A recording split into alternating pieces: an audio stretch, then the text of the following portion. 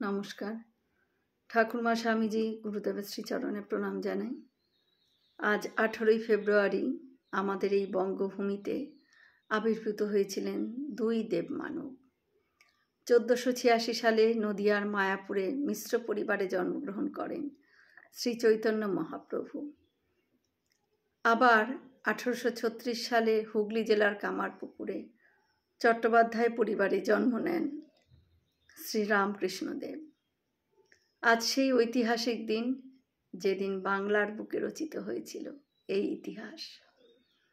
ইংরেজির একই তারিখে জন্মগ্রহণকারী এই দুই দেবমানবের শ্রীচরণে জানাই আমার আন্তরিক শ্রদ্ধা ও আভূমি লুণ্ঠিত প্রণাম। আজ 18ই ফেব্রুয়ারি, এই দিনে ঠাকুর কামারপুকুরে আলো করে জন্মেছিলেন। আর যাকে নিয়ে এত হইচই, আয়োজন, চর্চা, উৎসাহের অন্ত নেই। কিন্তু সেই সময় তাকে কতজন চিনতে পেরেছিল?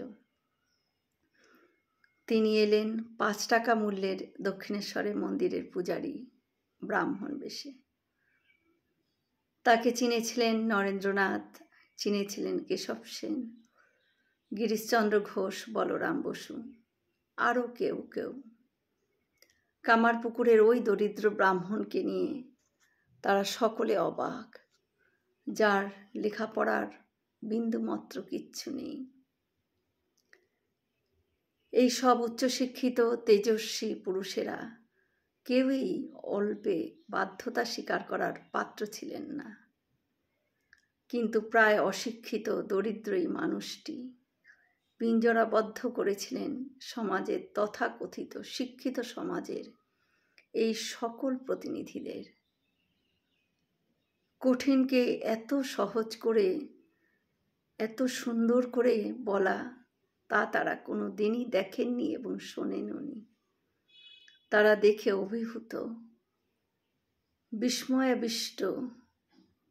কেশব সেন করজোড়ে বলে উঠলেন, কামারশালায় সুচ বেচতে আসব?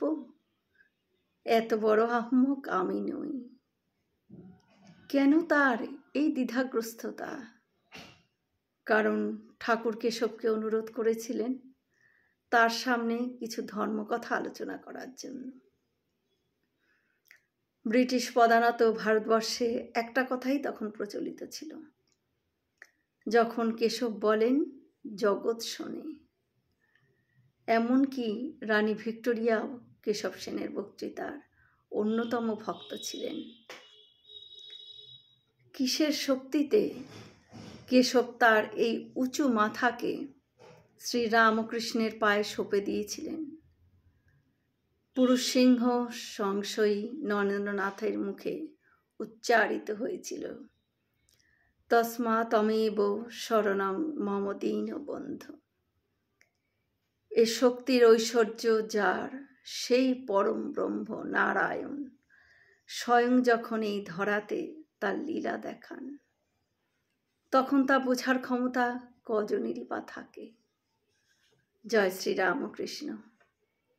আমরা সকলে মিলে একসাথে বলি, জয় মহামায় কি জয়, জয় ভগবান শ্রী শ্রী রামকৃষ্ণদেব কি জয়, জয় স্বামীজি মহারাজজি কি জয়। হয়তো অনেক ভুল ত্রুটি হয়ে গেল, ঠাকুর যেন আমায় ক্ষমা করে দেন। সকলে সুস্থ থাকবেন, আনন্দে থাকবেন। ঠাকুর মায়ের কৃপা দৃষ্টি সকলের ওপর বর্ষিত হোক। শুভরাত্রি।